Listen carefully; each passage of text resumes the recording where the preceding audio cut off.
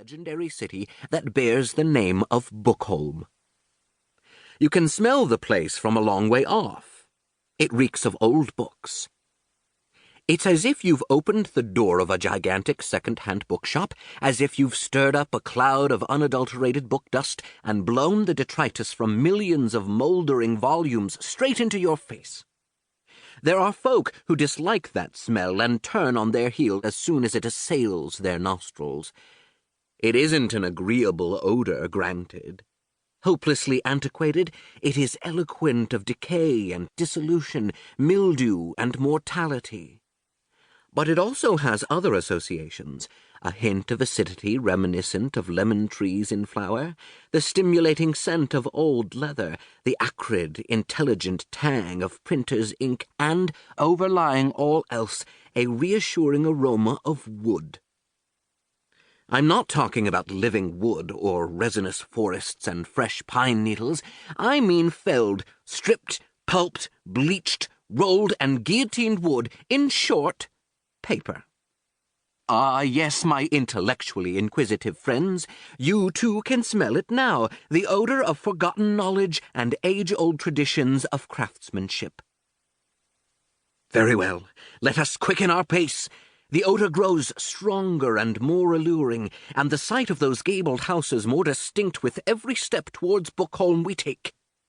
Hundreds, nay, thousands of slender chimneys project from the city's roofs, darkening the sky with a pall of greasy smoke and compounding the odor of books with other scents, the aroma of freshly brewed coffee and fresh-baked bread, of charcoal-broiled meat studded with herbs.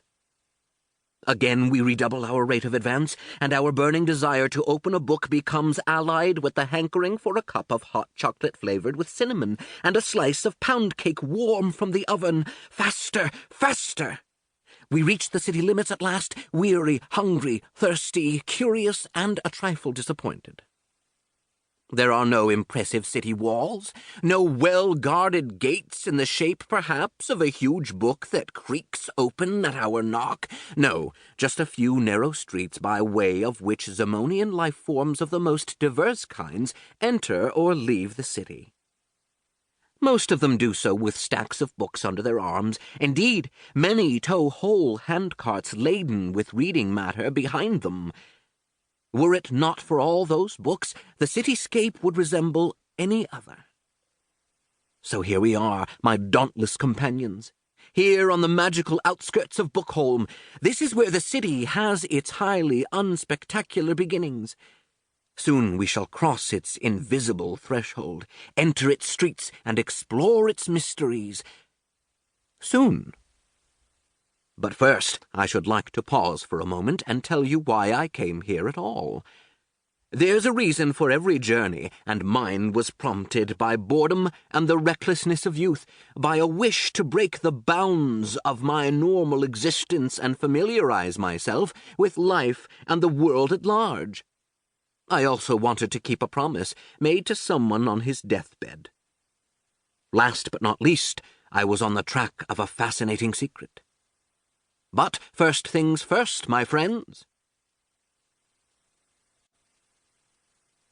Lindworm Castle. When a youthful inhabitant of Lindworm Castle becomes old enough to read, his parents assign him a so-called authorial godfather. Translator's note. Anyone fleetingly acquainted with Zamonian history or literature will know that Lindworm Castle is a hollowed-out rock projecting from the Dulskard Plateau not far from Loch Loch in western Zamonia. The castle is inhabited by lindworms that walk on their hind legs, are capable of speech, and cherish a high regard for creative writing. As to how this came about, less well-informed readers should consult pages 41 through 69 in Rumo and His Miraculous Adventures. They will not, however, find this essential to their further perusal of the present book.